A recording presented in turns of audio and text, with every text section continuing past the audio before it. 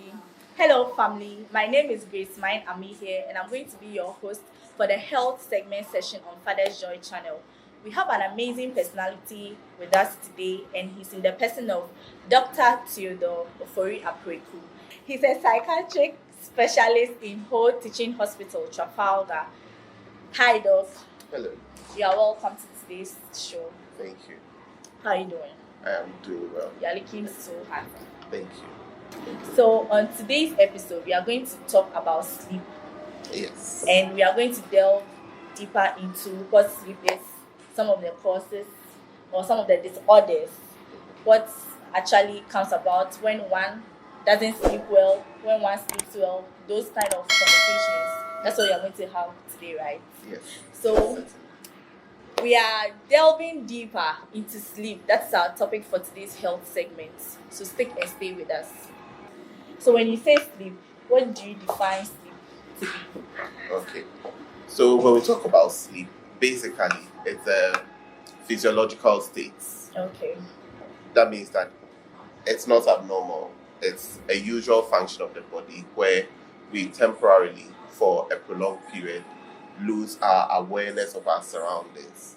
So someone who is sleeping is in a lot of ways not different from someone who is in a coma, except that the one who is asleep is in a state where the body has intentionally gone into that state, and there is nothing wrong with being in that state, right? Yes. So sleep is a physiological state, and it is a very important physiological function of the body. Without sleep, a lot of things will go wrong in the body. And when our sleep is good, a lot of things also go good for us inside our bodies. Yes, so briefly, that would be what I would say sleep is. So please, we would want to know if there are some disorders when it comes to sleep. Yes, like a lot of physiological functions of the body, whether it's with digestion, reproduction, respiration, they all can have disorders or something's going wrong with them. And it is the same thing with sleep. There are many common complaints that people will have. I am unable to sleep. I sleep too much. All sorts of things. People who talk in their sleep. People who fall asleep at the wrong times. I'm sure we go into the various disorders. But yes, just like every physiological function that the body has, our sleep can also have problems. So I know we have some acute or chronic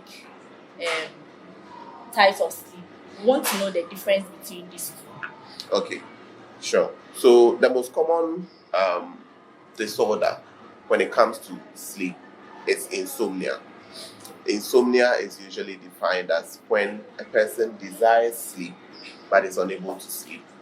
So people who have insomnia wish to sleep. They may go to bed and then hope that they'll fall asleep. Sometimes they have trouble falling asleep. Some people, they sleep very little, then they wake up. And some people, when they sleep, they're able to fall asleep, but once they wake up, they are not able to go back to sleep anymore. Now, what makes it chronic is if this thing has been going on most nights of the week for more than 3 months, then it is chronic. If it's been less than 3 months, then it is acute. Right? Yes. So myself, for instance, within this past week, I haven't been having a comfortable sleep. I don't sleep early at night. Say 11 p.m. I can be awake from 11 p.m. to 4:30 a.m. So where do I fall in the category as in acute or chronic? Well, sure. So because it's been just a week, that would be acute. Yes. But also, when it comes to insomnia, we have initial, intermittent, and terminal insomnia. So what you're having is initial insomnia, where you are not able to fall asleep, but once you fall asleep, you stay asleep. Yes. So that's initial insomnia. All right. So please, what are some of the common symptoms of restless leg syndrome? Right. So that is a different condition on its own, different from insomnia. Yes, and this is where people have involuntary movements of the leg, sometimes during sleep, sometimes when they are awake. Some people may be aware of it, some are not aware of it. So other people may bring their attention to the fact that their leg, and usually it's one limb, keeps moving. It's like it moves on its own. When they become aware of it, they're able to stop it. But it is a condition that is uncomfortable for a lot of people because it makes you look nervous. It makes you look like you're not in certain situations. It makes you look like you're not serious, and so it can be a disturbance to some people. Okay, so we would also want to know some of the primary causes of this sleep apnea or sleep disorders. So sleep apnea means a cessation of breathing. Yeah. Sleep apnea is a condition, and it's a very serious condition. It is usually found in people who are very obese. Although people who are very slim can also have sleep apnea. What usually happens is that these people, when they are asleep, when they fall asleep, their airway starts getting blocked, and then they fall into a state where sometimes they stop breathing for a bit. And oxygen is very important for the brain. And what happens is that during sleep, they have to wake with a start to take in air because it feels like they were suffocating. Yes. So usually the first thing is that they have cessation of breathing during sleep. They are people who usually have snoring. A lot of them are obese, and this condition is important because it is associated with a lot of other conditions, and these people have higher rates of mortality when you compare to other people who do not have that. So sleep apnea is a very underdiagnosed condition in our part of the world. It's a condition that does not get a lot of attention. Yes. Yes, so breathlessness or they cease breathing, they are obese, they snore a lot. They will usually have things like hypertension, diabetes. If they are men, they will have erectile dysfunction too. So it's a very important condition that must be tackled. Okay, so Doc, what would you say about sleep hygiene, or how would you define sleep hygiene if you are asked? Okay, so with all these conditions that we've talked about, and even for people who do not have these conditions, we all desire to have very good sleep and restful sleep. When we talk about sleep hygiene, we are talking about the set of practices that we are supposed to observe in order to have restful and sound, good quality sleep. So sleep hygiene is just those practices. So going into it, some of the practices include, well, there are those that concern the environment, and then there are those that are things that we should do. So for instance, if you want to get good sleep, you must sleep in a room that has very good ventilation. Usually for the body to be able to fall asleep, the body's temperature must come down about 1 or 2 degrees Celsius.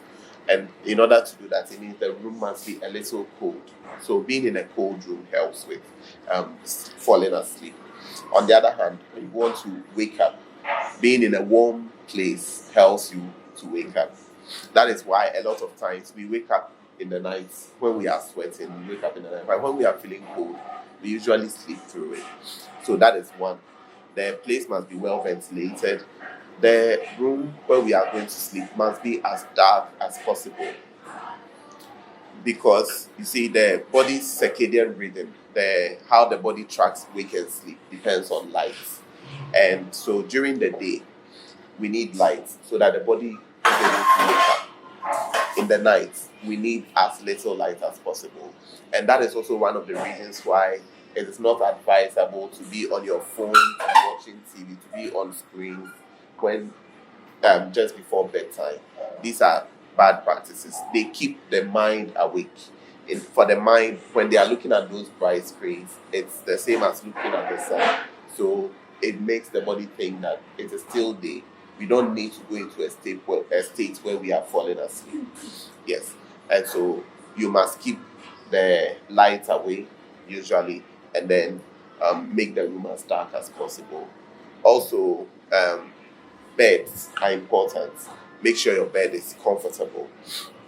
Everyone has the type of bed that suits them, that makes them able to fall asleep. Some like high density mattresses, some like much lower density mattresses. Some people are able to sleep better with memory foams, the ones that when you lay in, it kind of forms your body contours on the bed, and some are not able to. So that makes some people feel uncomfortable. So you have to learn which one suits you best. Then also, you want to train your body such that whenever you want to sleep, you'll be able to fall asleep. And so your bed should always be used for sleep, or for people who are married. Your bed should only be used for sleep and for sex, nothing else. And so this is especially to the students. Avoid studying on your bed if you want to be able to sleep well. Avoid studying on your bed. If you are not going to sleep, don't lay in bed. So when you come back from lectures, don't sit in bed don't lie on your bed to scroll through your phone. Then you confuse the body. So only lay on your bed when you want to sleep, and your body learns that. Again, how you eat. During the day, you want to stay awake. So things like caffeine during the day is not bad. But if you are someone who has problems falling asleep, then you must not take caffeine in the evenings. In fact, it is not advised to take coffee after 2 p.m. because then it will disrupt the body's rhythm. So you be mindful of your sleep. If you are someone who has difficulty falling asleep, things like chocolates and milk in the evenings help. It calms your body and it puts you into a state where you are able to sleep better. There are some teas like chamomile, which are also good for sleep initiation, and that helps. Again, we talk about the bed, the room being cool. You yourself must teach your body the things that you are going to do before you fall asleep. So you might look at things like unwinding. So in the evenings, you form practices like reading, like meditation, like writing, that help your body relax, put your body into a relaxed state, so that when you finally are ready, the body will go into the state that it needs to before you go to sleep. Right? Okay. Okay, so I want to ask a question. You said our sleep pattern or sleep hygiene. Some of the key components that will help us maintain it by sleeping on a good mattress. So what about those who sleep on the floor or on mats, especially our market women, when they are exhausted, they just lay a mat or they can lay a cloth on the floor and sleep. So what about them? Yes, so generally, everyone has what works for them, right? So far as it's not a place that is dirty, you may have insects biting you and all that. If it helps them fall asleep, then there isn't really anything wrong with it. And then normally, like if you're a student, you go to the university and there is already a mattress on the bed and you are not in a position to buy a new one, then you must make do with what you have. And usually we can train the body to be able to sleep wherever. See, one of the things that I've learned is that, for instance, nobody has insomnia in prison. Yet these people sleep in the most bizarre spaces. Yes. The other thing is when you sleep, when you wake up, you must try to have a constant bedtime and a constant waking up time. But if you can choose only one, you must have a constant waking time. And that helps in preparing the body for the next time that you need to sleep. Usually, when we wake up in the morning, we feel refreshed. And there is a chemical in the body that builds up. That is what makes us feel sleepy during bedtime. So when you are consistent in your sleep and wake times, it means that you are going to have like the regular build-up. So the body learns how to build up that chemical so that you are able to fall asleep. Now, if you are someone who has trouble falling asleep, try waking up at the same time every day and avoid sleeping during the day. Avoid taking naps during the day. If you do that, then the body learns to go back to its original cycle, and that helps. So that is why you need to be consistent in the times that you. So, Doc, if I'm getting you right, if you take naps or you sleep mostly in the day or in the afternoon, you needn't be able to sleep at night. For It a lot of affects people, your bedtime. for a lot of people, yes, when they take naps during the day, it means that the chemical that was building up, now you have relieved the build up. The body now has to try and build up a different set, and so that disrupts your sleep in the evening. Yeah. Okay, so personally, I also have this kind of problem. So I have two problems. One, I'm not able to sleep at night, and the second one is I take naps mostly in the afternoon.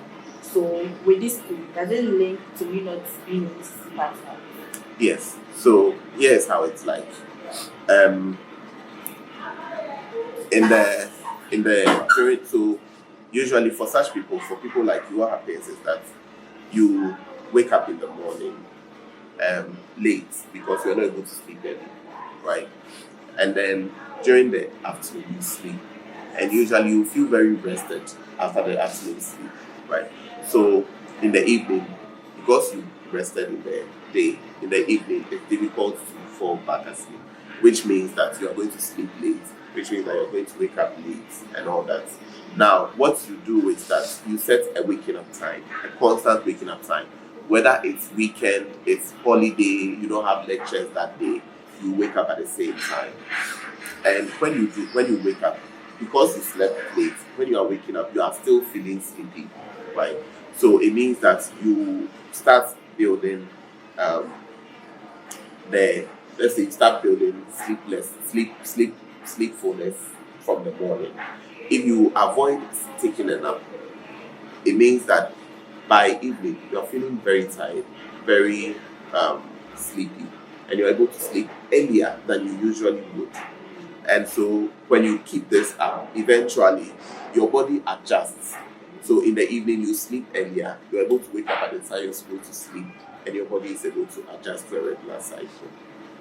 Okay, so I would also want to know that when I take naps in the afternoon or I'm unable to sleep early at night and I manage to sleep, I wake up feeling tired. What does that also mean? Yes, so usually with people who are not able to sleep early, when we sleep, our body goes through cycles. There are cycles of sleep, and each cycle takes about, on average, 90 minutes. And so usually you feel very well rested when you wake up at the end of the cycle. At the end of the cycle, not in the middle of a cycle. So that is why sometimes you can sleep and then you wake up, you feel very rested, and you look at the time and you've only been sleeping like 2 hours, right? It's because you woke up at the end of the cycle. Yes, for people who don't sleep early, usually in the morning you have to be woken up by an alarm, and that may interrupt your cycle. So it may wake you up in the middle of a cycle, and when that happens, you usually wake up feeling like you haven't slept at all, and you have a headache, and you can't concentrate during the day and all You that. experience that sometimes. Yes, so that is what happens.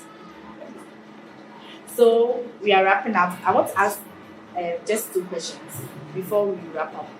So, how would you educate someone about the negative effects of screen time before bedtime? We spoke about that earlier, but we want the education part of it. Yes, so we have become so attached to our phones and our laptops and our TVs that we think we cannot do without them. But actually, we can't do without them. And maybe another time we may come back and talk about screen addiction, which is a real thing affecting a lot of people, especially young people these days. Now, what you want to do is that you want to avoid the lights. The lights from these screens are so very bright that naturally our bodies are actually not used to such bright lights, right? So at least an hour or two before your bedtime, you must avoid looking on screens. That is one. Two, the screens usually have blue lights for you to deactivate blue light from it. Yes, so set your phone to always take out the blue lights in the evenings. At least that will help. I know that for students, you usually have to study in the night, and so usually you may have to use a screen, but at least deactivate the blue lights from your screen. And then, if possible, in the times before bed, if you need to study from textbooks and your notes. Try to do recall of what you've learned and put away the phones, the laptops, and the TVs. And that will greatly improve your sleep.